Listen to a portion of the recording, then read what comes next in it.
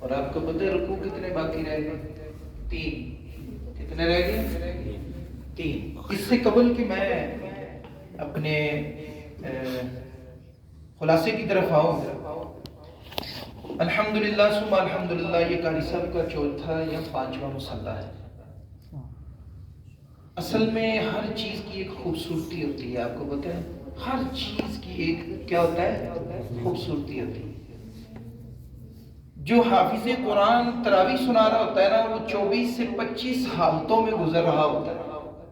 ابھی وقت نہیں ہے، وہ پھر کسی وقت آپ کو بتاؤں گا وہ 24-25 حالتیں کیا ہوتی ہیں۔ جو نیا ڈرائیور ہوتا ہے، کبھی آپ نے دیکھا ہے ایک شیشہ ادھر لگا ہوتا ہے، 2 ادھر ہوتے ہیں، ایک نظر آگے، کتنی ہو گئی؟ 4۔ اس کی 4 نظریں ہوتی ہیں۔ میں آپ کو صرف اتنا بتاؤں کہ کچھ کوڈ ورڈ ہوتے ہیں جو سامنے ہوتا ہے نا سننے والا، اس کا قرآن کریم حافظ آگے جو پڑھا رہا ہے اس سے بھی زیادہ تیز ہونا چاہیے، ٹائٹ ہونا چاہیے، تاکہ اس کی غلطی کو کیا کرے؟ پکڑ سکے۔ الحمدللہ ثم الحمدللہ میری کوشش تھی کہ میں قرآن کریم خود سناؤں، لیکن ساتھیوں نے مجھے یہ کہا قاری صاحب لیڈیز ہال بھی بنانا ہے، آپ کی مصروفیت زیادہ ہے، باہر اندر پروگرام ہے آپ کے، اس لیے اس دفعہ آپ کو اجازت نہیں دیں گے۔ میری زندگی رہی تو انشاءاللہ اگلے سال میں آپ کو قرآن سناؤں گا، ٹھیک ہے انشاءاللہ۔ دوسری بات پتہ ہے کیا ہے؟ اس میں کوڈ ورڈ ہوتے ہیں، میں آپ کو سارے کوڈ ورڈ آپ کو بتاتا ہوں۔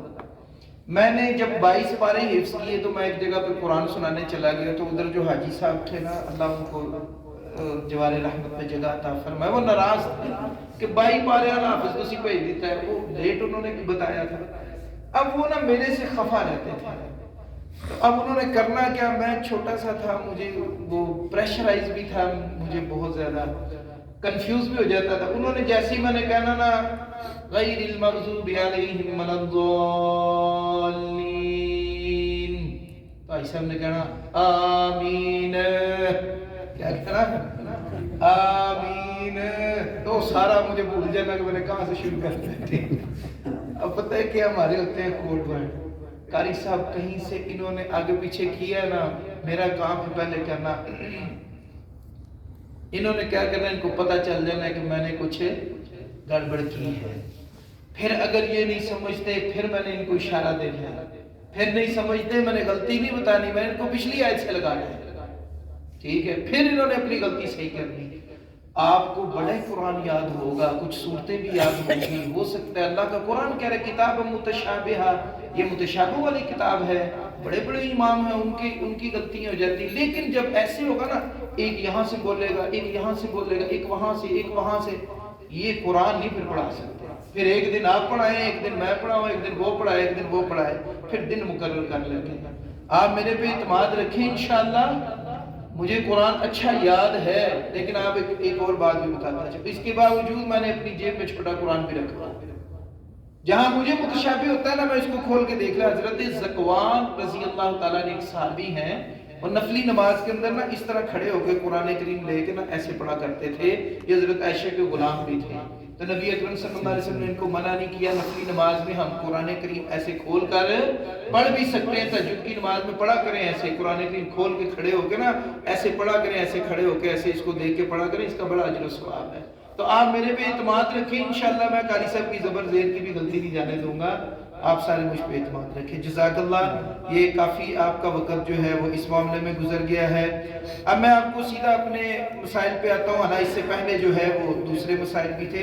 اللہ تعالیٰ نے قرآن حکیم میں فرمایا وَلَا تَنْكِحُوا الْمُشْرِكَاتِ حَتَّى يُؤْمِنَّ، مشرکہ عورت سے نکاح، سارے سبق یاد کر لیں، مشرکہ عورت سے نکاح۔ ہم یہ دیکھتے ہیں اس کا ابا کیا کماتا ہے، بھائی کیا کماتا ہے، خوبصورت کتنی ہے، پڑھی لکھی کتنی ہے، کبھی کسی نے پوچھا ہے قرآن کیسا پڑھتی ہے، کبھی کسی نے پوچھا ہے یہ نمازیں کتنی پڑھتی ہے۔ اللہ کی قسم کئی ایسی بیٹی ہیں جو شرعی پردہ کرنے کی وجہ سے ان کے رشتے نہیں ہو رہے ہمارے معاشرے کے اندر، جن کا مجھے پتا ہے، کئی ایسی بیٹی ہیں۔ اللہ تعالیٰ نے اسی طرح فرمایا کہ ایک ایسی باندی جو کسی کی غلام ہے یا غریب عورت ہے، وَلَأَمَةٌ مُؤْمِنَةٌ، وہ مومنہ ہے، خَيْرٌ مِّن مُشْرِكٍ، آج جدید دور کے مطابق ترجمہ کروں تو اس مالدار اور اس حسب نسب والی سے زیادہ بہتر ہے جو مشرکہ ہے، یہ اللہ کا قرآن کہہ رہا ہے۔ اب پھر ہمارا معاملہ کیا ہے؟ جس کو ہم ڈھول بجا کے دوسرے نچا کے لائٹیں جلا کے اور پھر طرح طرح کے لوگوں کو پریشان کر کے جس کو ہم گھر میں لے کے وہ سمجھے کہ ہمارے گھر میں امن پیدا کرے گی وہ. پھر اسی طرح اللہ کا قرآن کہہ رہے وَلَا تُنْكِحُ الْمُشْرِكِينَ حَتَّى يُؤْمِنُوا، کسی مشرک مرد سے بھی نکاح جائز نہیں ہے. ہم نے کبھی جا کے کسی سے سوال پوچھا ہے کہ آپ کا بیٹا مشرک تو نہیں ہے، یہ بے نماز تو نہیں ہے؟ یہ سوال کرتے ہی ہم ہچکتے ہیں، ہمیں شرم آتی ہے. یہ نماز پڑھا سکتا ہے؟ اس کو نماز جنازہ کی دعائیں آتی ہیں، دعائیں قنوت آتی ہیں؟ سنیں نا بلا کسی سے. اللہ کی قسم ہم جاتے ہیں نا نکاح پڑھانے کے لیے، لوگ ہمیں قاری صاحب کلمے ذرا نہ ہی سنے ہوتے بہتر ہے، ہمیں قاری صاحب کلموں سے اوائڈ کر دے، چھوڑے کلمے کیا سننے. آپ یہ حال ہے ہماری عوام کا، الا ماشاء اللہ. اب میرے بھائیو اس سے اگلا ایک اور مسئلہ ہے جو بڑا ضروری بتانا ہے. وَيَسْأَلُونَكَ عَنِ الْمَحِيضِ، اللہ کا قرآن کہہ رہے ہیں لوگ آپ سے سوال کرتے ہیں حیض کے متعلق. قُلْ هُوَ أَذًى فَاعْتَزِلُوا النِّسَاءَ فِي الْمَحِيضِ، اللہ نے کہا یہ ایک بیماری ہے، جس وقت عورت کو حیض کے دن آئے ہو اس کے قریب نہیں جانا. ایک سے گزارا نہیں ہے تو کیا کر لیں؟ بولو دو کرو، بعد نہیں رکھنا کوئی. دو سے نہیں ہے پھر کیا کرو؟ اللہ کی قسم یہ جنہوں نے باہر رکھی ہوئی ہے نا، تین تین چار چار رکھی ہوئی ہیں جو ان کو اگر ایک دوسری کروا دو نا وہ بالکل صحیح ہو جائے، ان کا ایمان درست ہو جائے. آپ کیا سمجھتے ہیں کہ دو والا بڑے مزے میں ہوتا ہے؟ وہ مزے میں نہیں ہوتا. وہ اللہ کی قسم حضرت مغیرہ بن شعبہ رضی اللہ تعالیٰ عنہ فرماتے ہیں دو انگاروں کے درمیان ہوتا ہے، دو انگاروں کے درمیان میں وہ ہوتا ہے. ادھر جاتا ہے ادھر بھی جلتا بھونتا ہے، ادھر جاتا ہے ادھر بھی جلتا بھونتا ہے. دوسری بات سنیں، حشر کے میدان میں یہ جو دو والے انہوں نے زیادہ اللہ کے سامنے پیش ہونا ہے. اللہ کے نبی نے فرمایا جب تک بیوی مرد کے حق میں نہیں دے دے گی گواہی اس کی جان نہیں چھوٹنے لگی. اسی طرح جب تک مرد اپنی بیوی کے حق میں گواہی نہیں دے گا اس کی جان نہیں چھوٹے گی. یہ ایک علیحدہ مسئلہ ہے کہ آج ہمارے اس دور میں جو بیچارہ جائز طریقے سے دو شادی کر رہے ہیں ہم اسے معیوب نظروں سے دیکھو یہ دو والا ہے، اکثر کہا یہ دو پھولوں والا ہے، ایسے کہتے ہیں نا. مطلب یہ ہمارے عجیب قسم کے اس کے لیے تانے ہوتے ہیں، جبکہ اس نے دو رکھی ہیں. اور جو کہہ رہے ہوتے ہیں نا ان کے اپنا موبائل کبھی نکال کے دیکھو، 4 4 5 5 نجائز رشتے باہر بنائے ہوتے ہیں اس نے. تو اس لیے میرے بھائیوں جائز والوں کو ترغیب دیں، ان کا ساتھ دیں، نہ کہ نجائز والوں کا معاملہ. اللہ تعالیٰ کہتے ہیں نساؤکم حرث لکم فأتوا حرثکم انا شئتم. یہاں نوجوان بچے بھی بیٹھے ہوئے اس لیے کوڈ ورڈ میں بتاؤں گا. اللہ نے کہا تمہاری بیویاں تمہاری کھیتی ہیں. کھیتی کون سی ہوتی ہے جس میں کیا لگتا ہے؟ بیج لگتا ہے، جہاں سے اللہ اولاد دیتا ہے. اللہ کا فأتوا حرثکم، وہاں سے آؤ اور کوئی راستہ استعمال نہیں کرنا.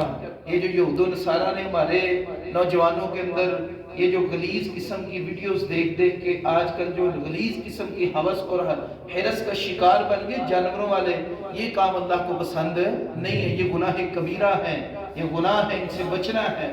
اس کے بعد میرے بھائیو طلاق کے جو مسائل آتے ہیں نا، سب سے پہلی بات تو یہ اللہ تعالیٰ حلال کاموں میں سے سب سے ناپسندیدہ جو کام ہے اللہ کو وہ کون سا ہے؟